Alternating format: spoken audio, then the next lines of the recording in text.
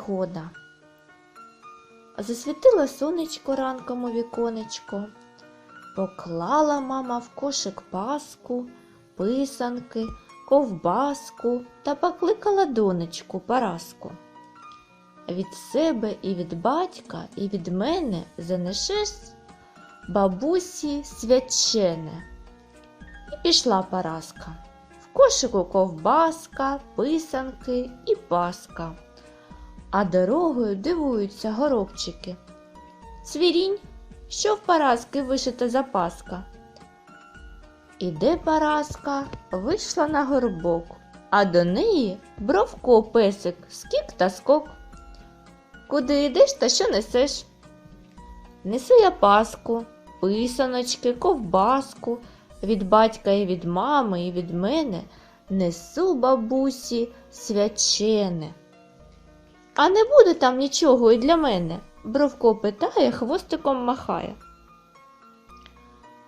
Писанки матуся написали, оленями, півниками, сонцями прикрашали. Не на те трудились мої ненька, щоб з'їв Бровко писанки смачненько. Подивись, Парасю, ще раз на свячене, може там знайдеться щось для мене? Бровко питає, хвостиком махає. Білу паску немалі це речі, мама цілу ніч місили, ще й пекли у печі. Ой, багато мали з нею праці. Чи ж годиться пасочка собаці? Подивись, Парасю, ще раз на свячене. Я голоден, чи нема нічого в кошику для мене? Лиш ковбаска, вся товстенька з салом. Мама її довго начиняли, ще й пекли. Я знаю, їсти ти готовий, та не дам ніяк ковбаски псові. Поглянь, Парасю, в кошик, ще ж бо не порожній він. Бровко благає, хвостиком махає. Не порожній, ще остався хрін. Викопала я його сама в городі.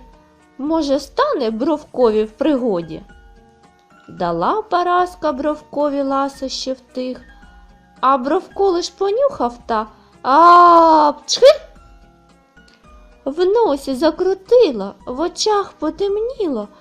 Пчихнув Бровко, заточився та штовхнув Параску. Випустила вона з рук кошик, паску, писанки, ковбаску. Покотилася з горбочка паска, а за нею стежкою всі писанки й ковбаска. А за ними кошик і Параска, а за ними гавкаючи Бровко пес. Котилися ранок увесь, аж мусили стати, бо докотились до бабусиної хати. Стала тоді Параска, позбирала в кошик паску, писанки, ковбаску та промовила: бабусенько, від мами і від тата, і від мене принесла я ласощі вам на свячене. І сказала, яка пригода приключилася, як усі вони з горбочка покотилися. А бабуся, ну, Параску цілувати, посадили її на покутті в хаті, а Бровкові біля порога дали велику кість, а він зубами хап і їсть, і досі їсть.